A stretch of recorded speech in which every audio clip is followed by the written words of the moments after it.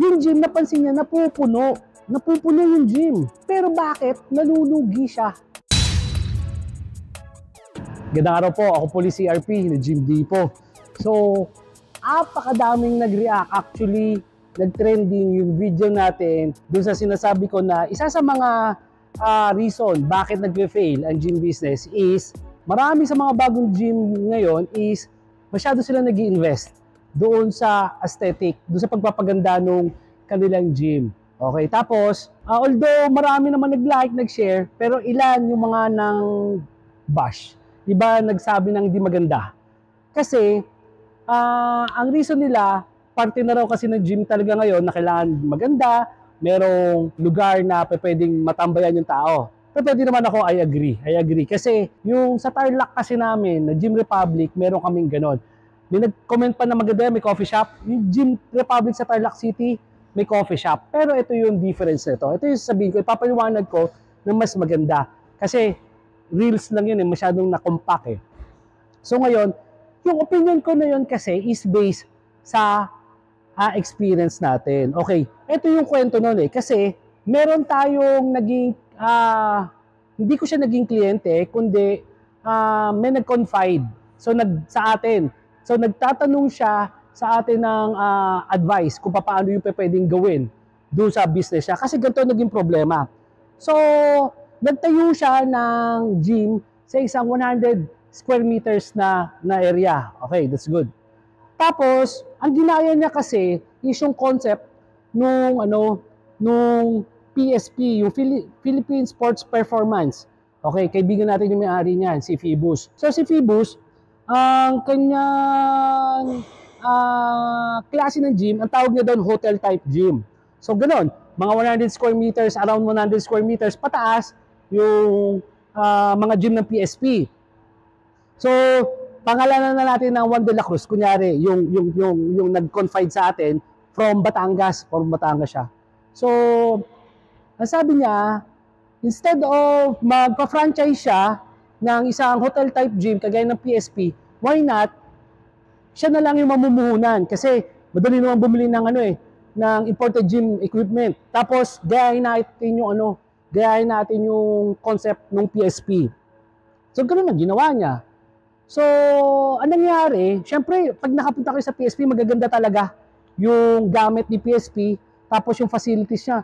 Maganda yung ilaw, air conditioned, maganda yung matting, everything, maganda talaga kasi parang hotel type gym. So, ginaya niya to. Yung ginastos niya doon sa equipment niya na imported is around mga 400 to 500,000 pesos na imported na gym equipment. So, kung wala kayong idea kung ano yung mga gym equipment na imported na halagang 400 to 500,000, I hope mapakita natin sa video. So, makikita nyo, hindi ganun kadami. Tapos, gumastos siya ng 400,000 doon sa equipment, pero gumastos to siya ng 800,000 sa pagpapaganda. Iisipin mo ba't aabot ng ganun? Yung matting pa lang ng 100 square meters.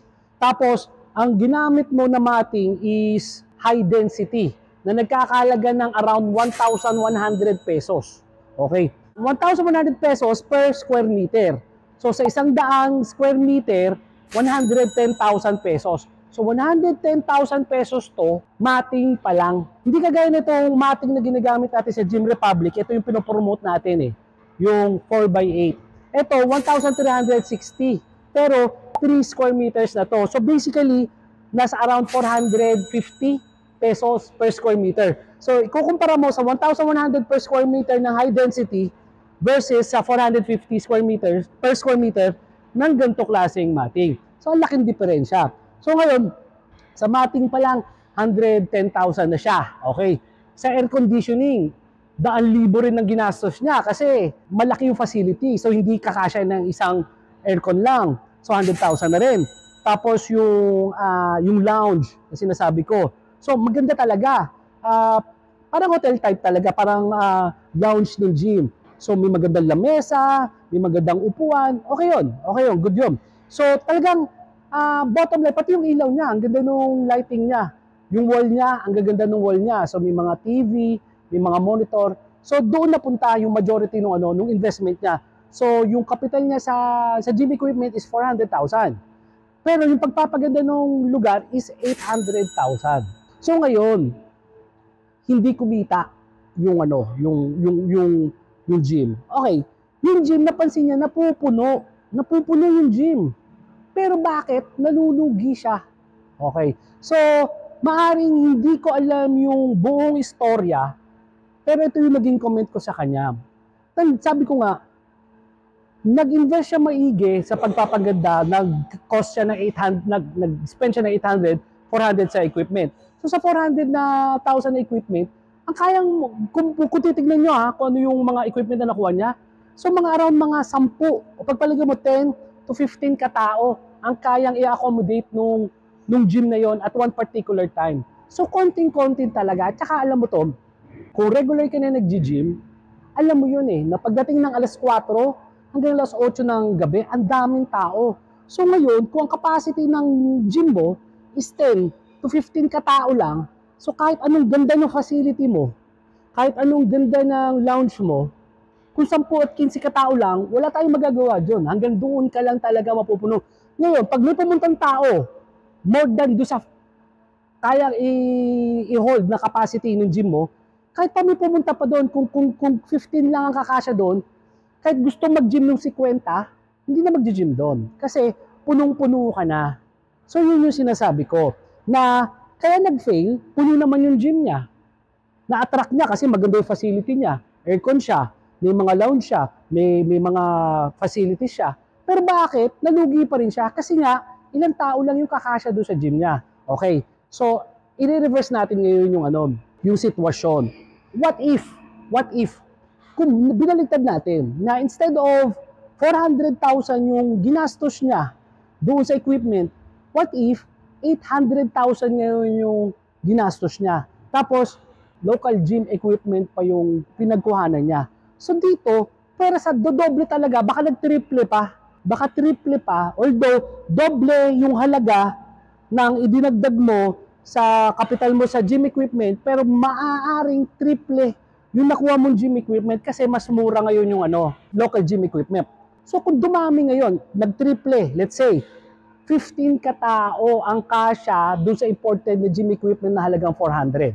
Ngayon, gumastos ka ng 800 para sa isang local fabricated na gym equipment, triple. So instead of 15, naging 45 na katao ngayon yung pumapasok.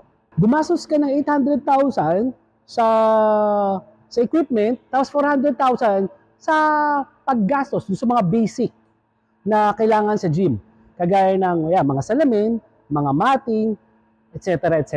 So napaganda mo naman, basic, pero wala kang lounge.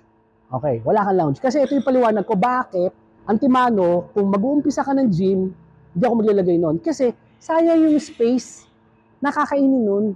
So, kung may 20 to 30 square meters ang kinain ng lounge na yon, bakit hindi ko nalang lagyan ng gym equipment? Kasi bakit? Yung lounge na yon, hindi kikita ng pera yon. Tatambayan lang ng tao yon, may maupuan ng tao, and that's it. Hindi kikita. Pero kung yun, kagaya nung ginawa natin sa Gym Republic, kagaya dito, eto, nagdagdag tayo.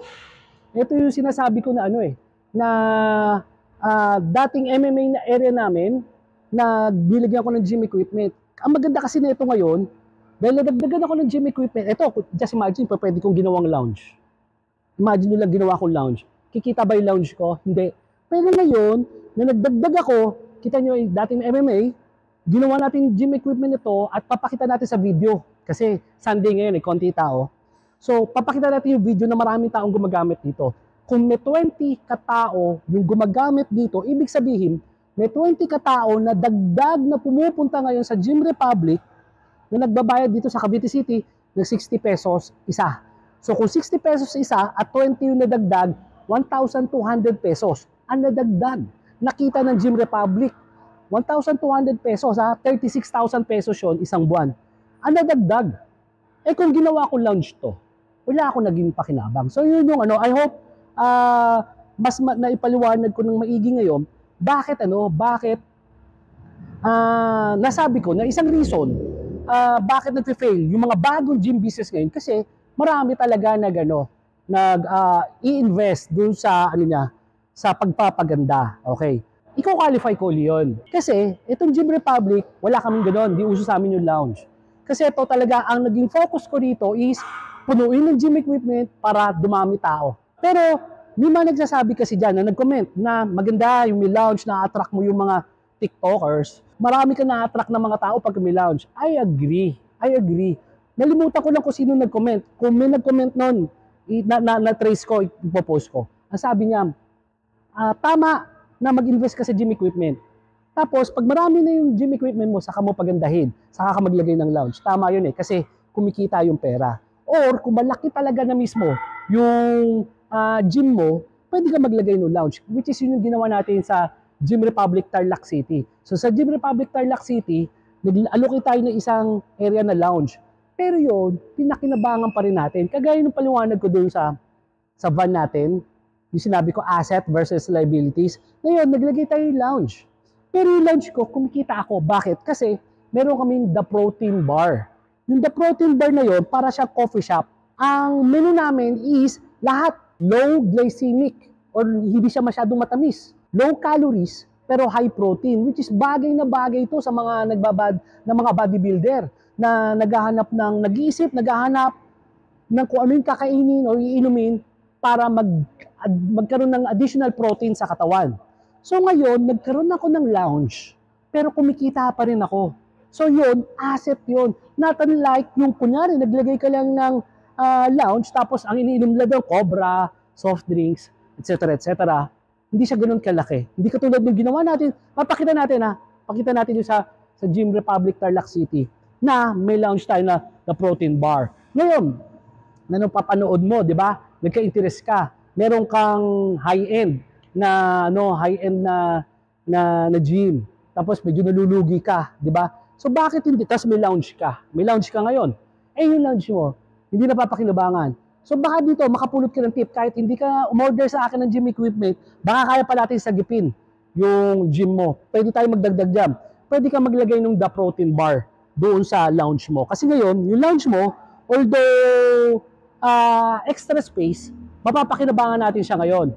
Pwede kang kumita kung magtatayo ka ng The Protein Bar. Ngayon, kung gusto mo matuto paano magtayo ng The Protein Bar ng The Gym Republic, PM nyo ako, tuturuan namin kayo libre, walang bayad to. Walang bayad. Kung ano yung kailangan mo, kung ano yung mga equipment na kailangan mo, mga materyales, ikaw bahala. Ikaw kumuha, hindi kami nagbebenta nun. Para lang madagdagan yung income mo, tuturuan ka namin.